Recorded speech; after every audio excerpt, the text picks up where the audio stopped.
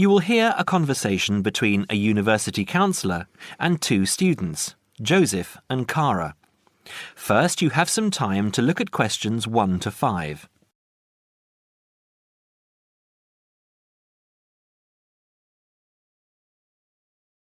Now we shall begin. You should answer the questions as you listen because you will not hear the recording a second time. Listen carefully and answer questions 1 to 5. Hi Joseph, how are you today? Fine, thanks. And Cara, how are you? Good. As we discussed on the phone earlier, I wanted to speak with both of you about the subjects you have chosen to study and how you are managing your time. Okay? Yes. I think so. Okay, so I'll start with Cara. You've been here for how many months now? I've been here for 6 months. How are you finding it? It's good. I'm enjoying the course. And what about life outside? Are you making friends and socializing? Not really. People here are quite closed. They don't talk to you. I see. So, what do you do after classes? I usually go home and study, and I might go out for a walk, but never really with anyone. Sometimes my roommate Louisa comes with me, but she always seems to be busy. How is this affecting your schoolwork? I don't think it is, but I miss home. Cara, what I suggest for now is that you look into joining one of the social clubs on campus. There are a variety of them. You can go camping, skiing, snorkeling, painting, dancing, reading, horse riding, rowing. There's a list on the school website. Have a look and work out which one you're interested in and which suits your timetable. You'll meet friends that way and people who have the same career interests as you. As for the subjects you've chosen for a career in microbiology, I think you should look into dropping one of your subjects and picking it up again next year as a minor. You have a lot on your plate, and this will just cause great pressure. It doesn't mean that you aren't coping, but you're doing about 10 hours more than the average student a week. Think about it, and we can make another appointment to discuss it. When are you free? I have an hour free usually on Wednesdays at 11:30. Okay, good. Come to my office at 11:45 and wait in reception. Okay? Okay, I'll see you then. Before you hear the rest of the conversation, you have some time to look at questions 6 to 10.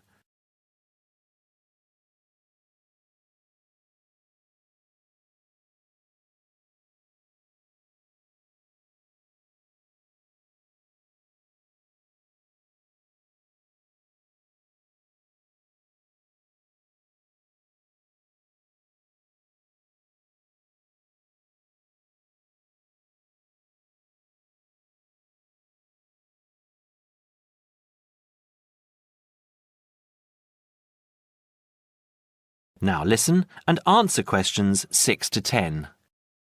Joseph, how are you finding the university? I love it. It's very different from home.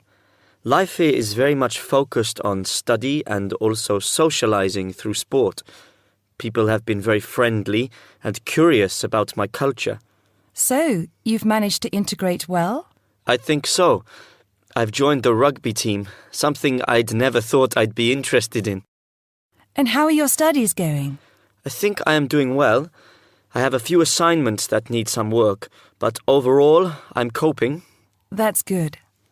I'm happy that you're enjoying the university, but remember, don't let your schoolwork get too far behind, because it will pile up, and before you know it, you will be late handing in work. You know that there's a penalty for handing in work late? No, I didn't. You would have been told at the start of the course, during orientation. I don't remember.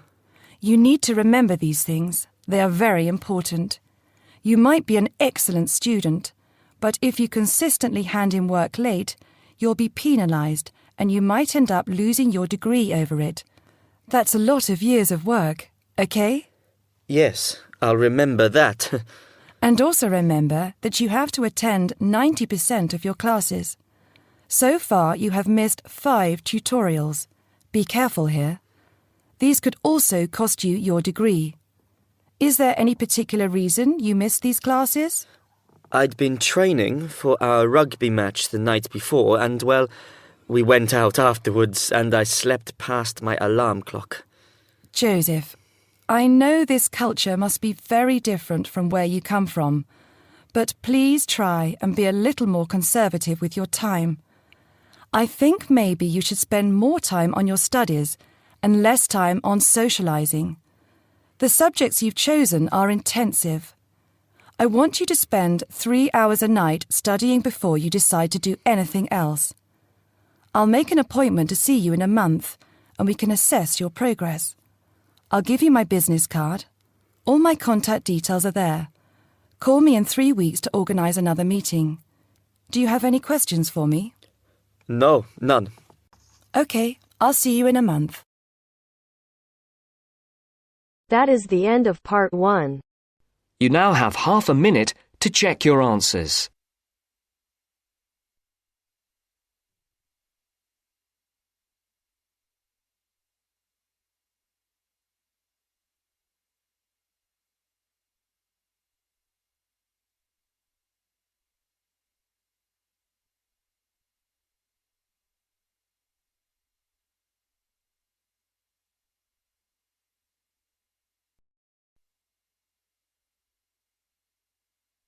Now turns to part 2.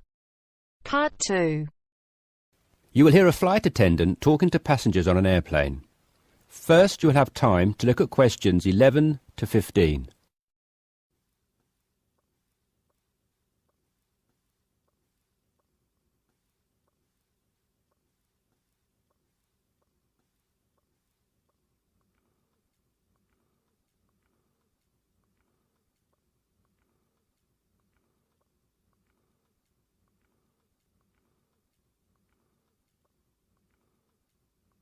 Now listen carefully and answer questions 11 to 15. Good morning, everyone. I hope you all slept soundly overnight. I'm pleased to confirm that our flight is running on schedule and we expect to arrive in Christchurch at 8 a.m. local time. That's about 50 minutes from now. I've been advised by our pilot to warn you that there may be some turbulence on our descent. So please remain seated and have your seatbelt on at all times.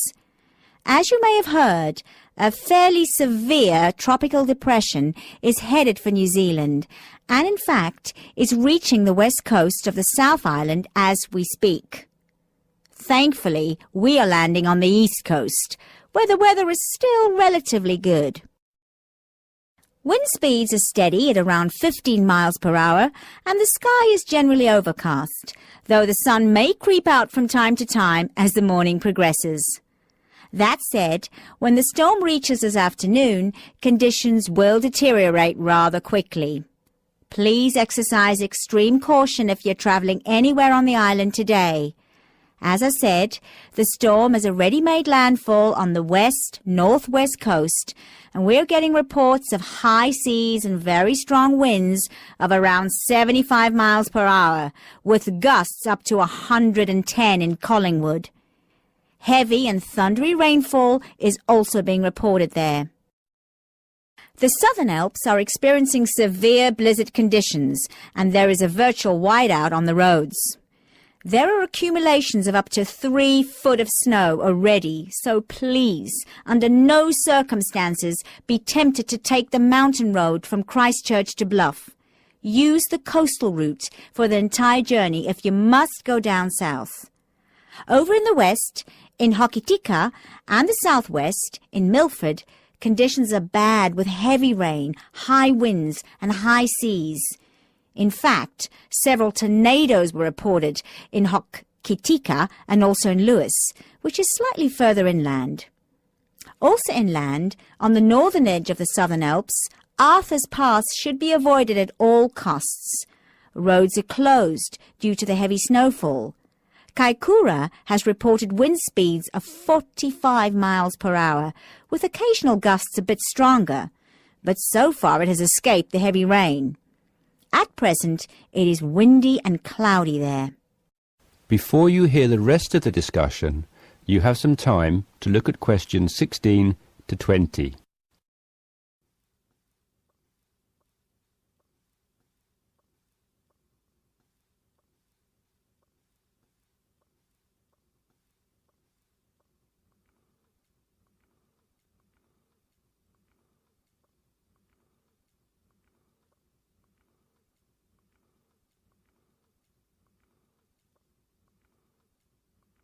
Now listen and answer questions 16 to 20. Hello again, ladies and gentlemen. We should be landing in approximately 10 minutes' time. Just an update for you on the weather conditions in and around Christchurch. We expect the storm to reach us by approximately 1 p.m. Town officials are closing all roads out of town as conditions are simply going to be too dangerous, with the risk of falling trees and flying debris too high. Roads will have officially been closed for 30 minutes by the time we land at 8 a.m. Passengers whose travel plans did not entail an overnight stay in Christchurch, we would like to extend our apologies to you on behalf of the Christchurch Town Council for the inconvenience caused. However, it is in the interest of safety that these steps have been taken. Those of you without accommodation should go straight to our customer service desk at the airport, where a council official will be waiting to take you to temporary shelters in the town. Those of you who are staying in Christchurch should go to your hotel and follow the instructions of staff there. It may yet be necessary to evacuate you down to the shelters as well. This decision will be made by hotel staff who are monitoring the situation very carefully. The storm has made a direct hit on the island. The storm eye is expected to arrive in Christchurch at about 4 p.m., after which a brief period of calm will be experienced. The western wall of the storm will then hit at approximately 4:30, and the extreme winds and heavy rain should have improved by about 7 p.m. All roads will be reopened from 9 p.m. onwards. However, we're advising people to refrain from driving unless absolutely necessary, as conditions will be extremely hazardous with a risk of flooding everywhere. Flash flooding is a real danger for the valley towns of the south in particular, as mountain rivers and tributaries have already swelled to record levels. High winds have already caused massive power cuts in West Coast towns, and a string of major tornadoes have caused havoc across the Midlands. If at all possible, stay in Christchurch until tomorrow morning, when the clean-up will begin. And, above all, stay safe. That is the end of part 2. You now have half a minute to check your answers.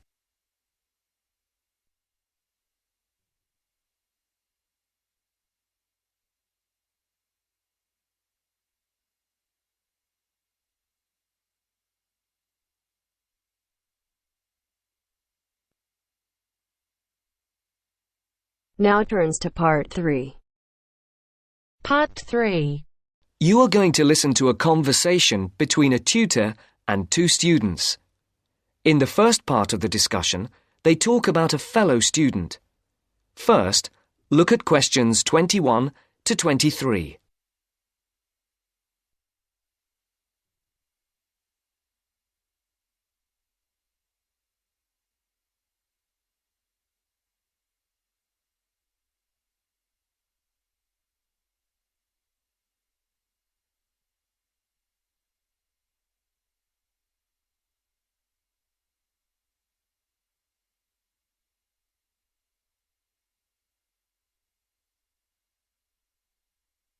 As you listen, answer the questions.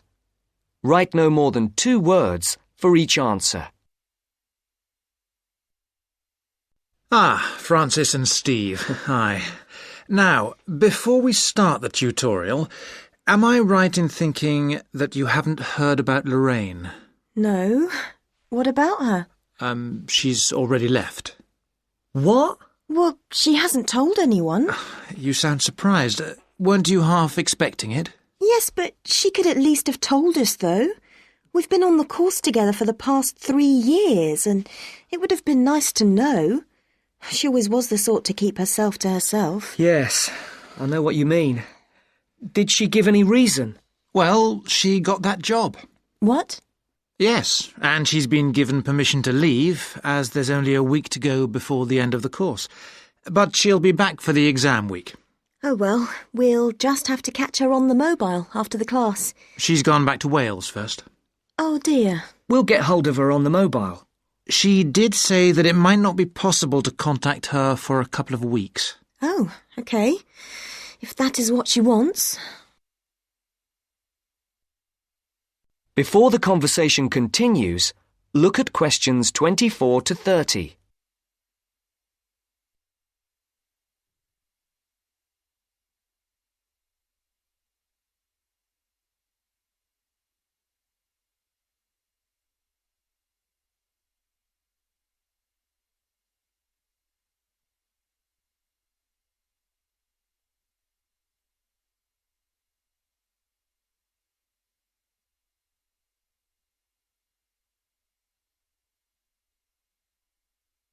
Now listen to the second part of the discussion. The tutor and the two students are talking about assessment marks. For questions 24 to 30, there are 4 alternatives: A, B, C, and D. Decide which alternative is the most suitable answer and circle the correct letter. Right, to work. We're here to look at your assessment marks for your coursework. I take it you haven't seen them yet? No. Not yet. Well, you'll both be pleased. In fact, very pleased. Yes? Francis, you have come out with the top mark in the year. Oh. You have, in fact, got a starred first. Wow! Aren't you pleased, Francis? Yes, I'm just speechless. And, what about me? Well, Steve, you got a first as well. I don't believe it. You might have done even better, but there were a few faults with the 5,000-word project you did on traffic management. And what about the book review we had to do? Yours was, I can safely say, the best we have ever had. You're kidding. I'm not. In fact, you have won the departmental prize for the piece. It's a pity, really, that your project wasn't of the same calibre. It's still not bad at all, though, is it? It certainly isn't. What do you think were the faults with your project? I just wasn't very happy with the conclusion, and I got myself in a bit of a twist with the argument about road pricing. By and large, your overall conclusions were okay, and I would say that your thoughts on road pricing were quite original. The problem was more with the actual end. It was a bit disappointing. You started off well, but then it ended rather suddenly, as if you got fed up with it. Yes, I did kind of stop fairly abruptly. I couldn't think of much to say, even though I knew it was important. Yes, that section needed a bit more work on it. But, as I said, by and large, it was very good. And, Francis, your project was excellent. So much so that we think you should take it further, and perhaps do a PhD, or at least an MPhil. What do you think? I hadn't really thought about it. I've just been concerned with getting through this final year and getting all the coursework and exams out of the way. I can understand that. But I do think that you ought to consider it seriously. If you perform as well in your exams as in your project work, you're on course for a first. Do you think that I'd get funding for it? Well, any grant will be discretionary, but you have as good a chance as anyone else. I'd even say a much better one. If you do get a first, it'll be the only one we've had in this department for 3 years. And I'd be happy to be your supervisor. Thanks. I'd like that. Do you think I should start applying for it now, or wait until after the exams? I think you must really start thinking about it as soon as you can. And Steve, What about you? Have you thought about going on to do research? I have thought about it, but I have a job lined up if I get a good degree.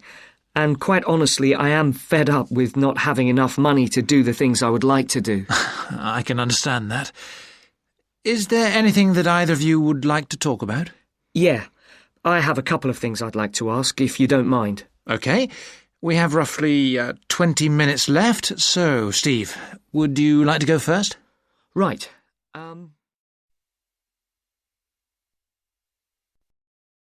That is the end of part 3.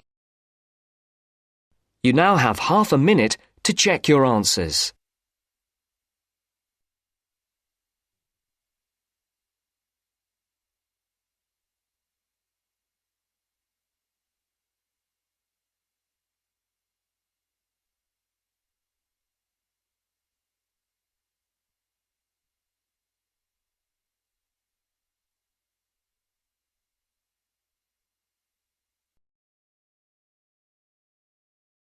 Now turns to part 4. Part 4. You are going to hear a talk about security in the UK. Listen to the talk and complete the statements below. First, you have some time to look at questions 31 to 40.